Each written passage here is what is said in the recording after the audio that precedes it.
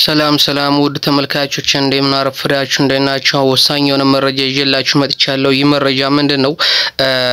እስክንድር ዛሬም ጀግኖችን አስበልቷል። እስክንድር ሸዋ ላይ ከፍተኛ የሆነ ጥቃት እንዲደርስ ሸዋ ህዝብ ላይ ሸዋ ፋኖ ላይ ራሱ አፋድ አባላቶች ላይ ከፍተኛ ጉዳት እንዲደርስ አድርጓል። ይህ ጉዳት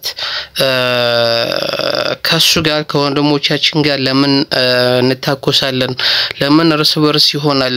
ለምን አንድ ላይ ጠላት ላይ ትኩረት አናደርግም?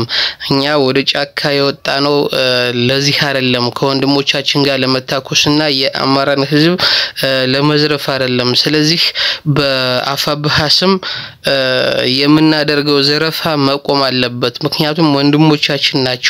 የሚጠቅመው ለጠላት ነው። እኛኮ አጣዬ ወርሞብናል፣ ጀውሃ ወርሞ ተሰደውብናል፣ እኛ ጋር መጣው ስንት ገለውብናል የሚል አስተሳሰብ በማንጸባረቃቸው ስብሰባ ላይ ጥርሱን ነክሶ እንግዲህ አርበኛ ደም ሲመር አርበኛ ኮራ ደቤና አርበኛ ጌታቸው አሻግሬ የሚባሉ ባካችሁ ወንድሞች አትለቁ፣ ከወንድሞቻችሁ ጋር አንድ ሆናችሁ ጠላትን መክቱ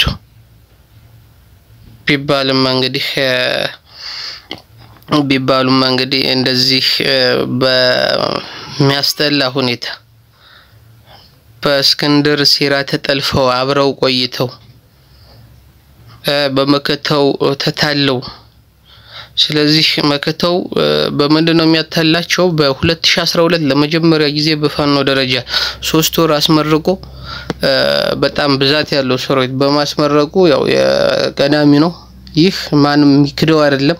ነገር ግን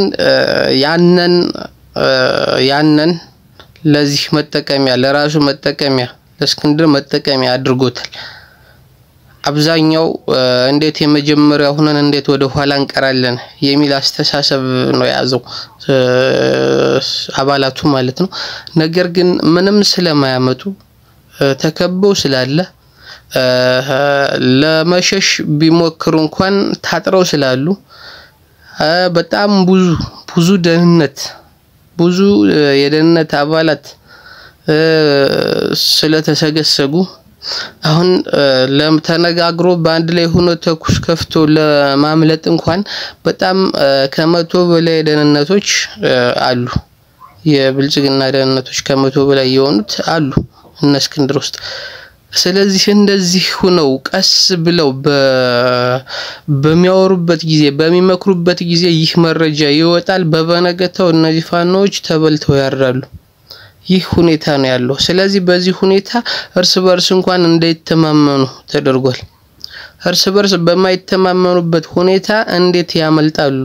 አሁን ውስጥ እርስ በርስ የማይተማመኑበት ሁኔታ ቀስ ብለው አብረን ከምንሞት ለአማራ ብለው ወንድሜ ብለው እንዴት እናምልጥ፣ እንዴት ይረን እንቀላቀል ካፋብሃ ጋር ብለው ሲያወሩ በበነገታው ሞተው ይገኛሉ። ይህ በተደጋጋሚ ተደርጓል። ይህ ደግሞ በጣም ከፍተኛ የሆነ ብዛት ያለው ሰራዊት ፋኖ መስሎ ብዛት ያለው ሰራዊት አለ ፋኖ መስሎ ደህንነት ማለት ነው።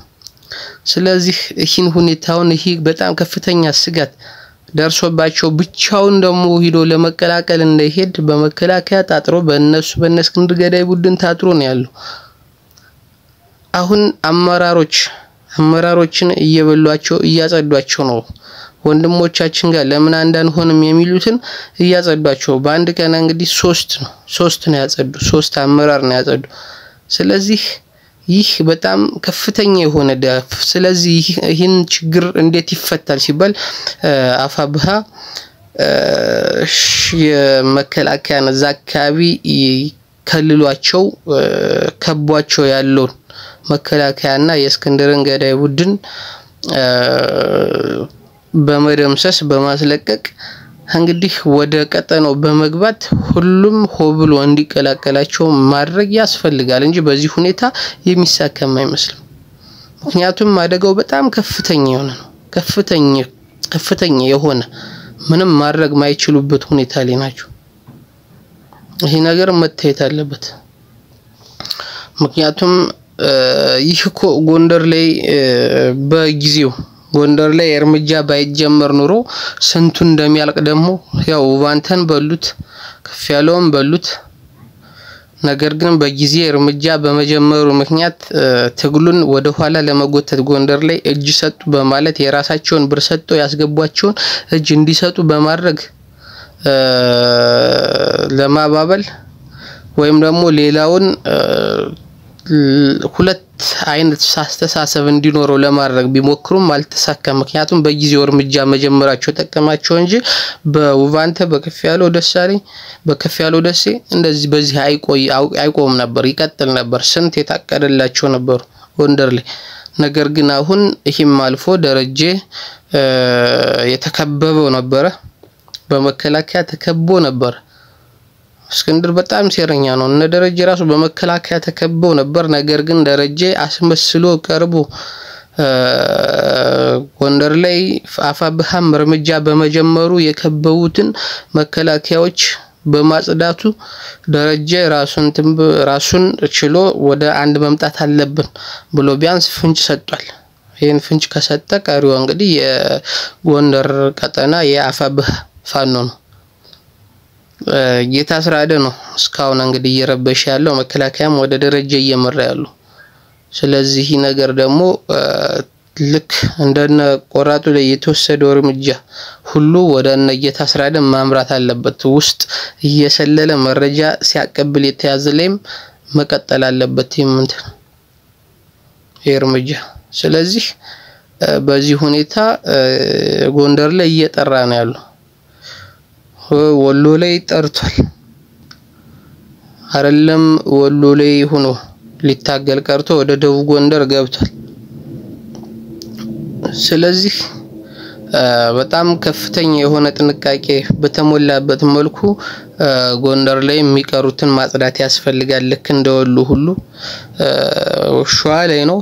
ሸዋ ላይ በአንድነት ሆኖ ከዚህ ችግር ሳይብስ ብዙ ጀግኖች ሳይበሉ ብዙ አባላት ሳይደመሰሱ መረስና አንድ ማድረግ እና መክተውን ብቻቸውን ማስቀረት ያስፈልጋል በትግሉ።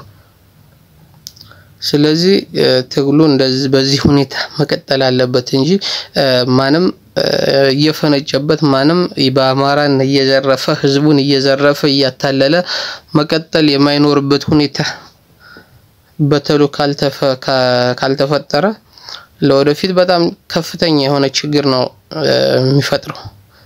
ምክንያቱም ፕሮፓጋንዳ ለመስራትም ይመቻቸዋል። ይሄ ትኩረት ተደርጎ ሊሰራበት ይገባል።